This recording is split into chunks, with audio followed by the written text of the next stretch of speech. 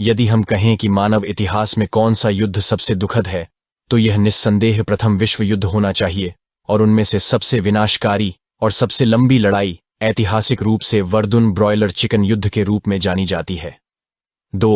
21-12-19 तक जारी जर्मनी और फ्रांस ने कुल 100 से अधिक डिवीजनों के सैनिकों को मार डाला। 25-10,000 से अधिक लोग घायल हो गए, केवल सोम्मे और जानरडेन के लिए। जर्मन 27,000 सेना की 1,000 एकाधिक तोपें, 20 एकाधिक विशाल इंजीनियरिंग होवित्जर अचानक आसमान से गिरीं और पेरिस के उत्तर पूर्व में फॉर्डेन में दिखाई दीं। इस समय फॉर्डेन में बचे हुए फ्रांसीसी रक्षक केवल 10,000 थे, तोपें और 70 गेट। फ्रांस हैरान था। अगर वर्दुन हार गया तो पेरिस भी गिर जाएगा। फ्रांसीसी सैन्य कमान ने तुरंत और अधिक सैनिकों को वर्दुन भेजने का आदेश दिया और उन्हें तुरंत अग्रिम पंक्ति पर केंद्रित कर दिया। हाउली में सैनिकों को वापस स्थानांतरित कर दिया गया। 66 वर्षीय अनुभवी पेटेन लिनवेई को फॉर्डेन का कमांडर इन चीफ नियुक्त किया गया। वह प्रथम विश्व युद्ध में एक नायक और द्वितीय विश्व युद्ध में एक गद्दार था। बाद में उन्होंने हिटलर के सामने आत्मसमर्पण कर दिया और विसिवे शासन की स्थापना की। इस समय जनरल पेटेन ने फॉर्डेन में अग्रिम पंक्ति में पहुंचने पर 19,000 सैनिकों को खींचने के लिए तुरंत 20,000 से अधिक ट्रकों को अग्रिम पंक्ति में भेज दिया और 10,000 टन गोला बारूद।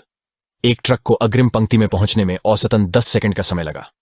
अंततः 3 महीने की लड़ाई के बाद हताहतों की कुल संख्या 25,000 से अधिक हो गई। लोग घायल हो गए और हताहतों की कुल संख्या 75 थी। हताहतों की संख्या सोम्मे की लड़ाई के बाद दूसरे स्थान पर थी, इसलिए इस जगह को मूल रूप से मीट ग्राइंडर भी कहा जाता था।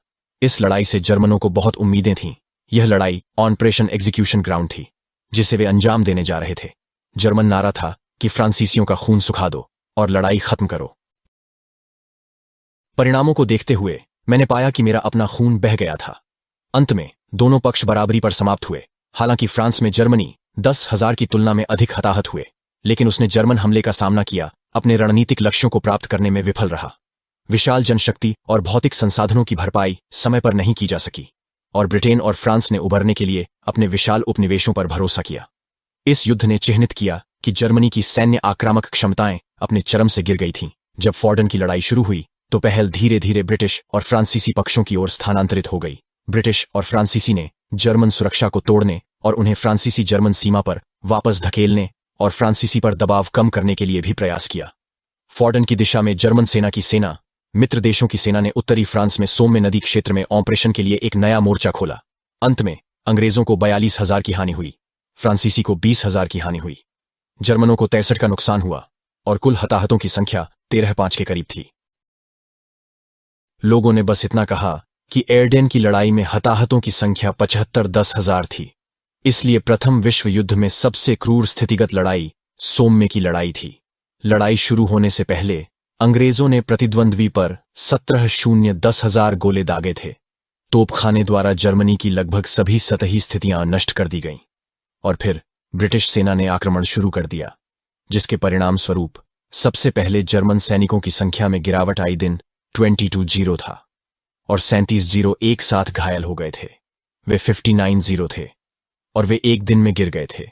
जर्मनों ने मार्क्स को ले जाया था और मशीनगनों में 1 मिनट में 300 से अधिक गोलियां दागी थीं। सभी ब्रिटिश सैनिक घास काटने की तरह दहाड़ मारकर लेटे हुए थे। यह इतना बड़ा है कि यह संभव नहीं है। इस समय किसी ने सुझाव दिया कि हम एक ऐसी मशीन गन का आविष्कार करें जिसमें मार्क्स घुसने का डर न हो। मशीन गन और कांटेदार तार की बाढ़ से डरता नहीं है और फिर भी लड़ाई में जीवित रह सकता है। क्या दुनिया में ऐसी कोई अच्छी चीज है? क्या आप अनुमान लगा सकते हैं कि यह एक टैंक है और परिणाम स्वरूप 48 को ब्रिटिश मुख्य भूमि से भेजा गया था? टैंक अभी जलडमरू मध्य को पार कर गया था। 30 टैंक नष्ट हो गए और केवल 18 टैंक बचे थे।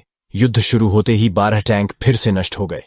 केवल 6 टैंक वास्तव में युद्ध में प्रवेश कर गए और युद्ध के कई जर्मन कैदियों ने 150 वर्ग किलोमीटर की लाशें बरामद कीं।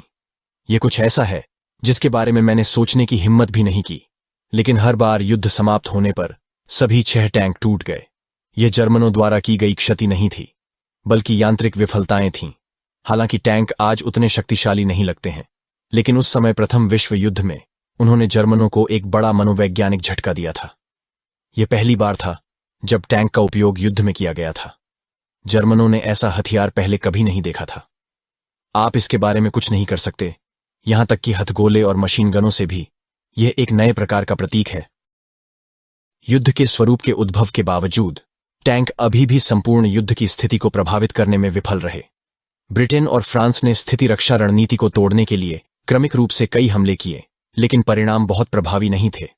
इसके अलावा उन्हें कई बार खदेड़ दिया गया। शरद ऋतु में प्रवेश करने के बाद लगातार बारिश और कीचड़ भरी सड़कों के कारण जलवायु धीरे धीरे कम होने लगी। 11 बजे तक ब्रिटिश और फ्रांसीसी आक्रमण पूरी तरह से बंद हो गए। अंत में जर्मन सेना ने ब्रिटिश और फ्रांसीसी रणनीतिक लक्ष्यों को सफलतापूर्वक रोक दिया। अब दोनों पक्ष पूरी तरह से गतिरोध में थे और ब्रिटेन और फ्रांस जर्मन सेना को फ्रांसीसी जर्मन सीमा से बाहर नहीं निकाल सके। मूल रूप से प्रथम विश्व युद्ध के फैलने के बाद से जर्मनी ने 1 साल से अधिक समय के बाद भी युद्ध जीतने की आशा रखी थी। सड़क पर लड़ते हुए युद्ध के मैदान पर स्थिति में सुधार नहीं हुआ। फॉर्डन की लड़ाई के बाद जर्मन सेना लंबी कार्रवाई की दुविधा में पड़ी। जटलैंड की लड़ाई के नतीजे का सबसे क्लासिक वर्णन यह है कि कैदियों ने शाही परिवार को हिंसक रूप से पीटा, लेकिन फिर भी जेल में बंद कर दिया गया। बेशक यहां का शाही कबीला भी अच्छी चीजें नहीं है। जर्मनी के लिए स्थिति लगातार प्रतिकूल होती जा रही है। पलक झपकते ही इस वर्ष में समुद्र के दूसरी ओर का एक देश युद्ध में शामिल हो जाता है और तुरंत पूरी युद्ध स्थिति की दिशा बदल देता है। किस देश के पास इतनी बड़ी ताकत है जो पूरे युद्ध की स्थिति को प्रभावित कर सकती है?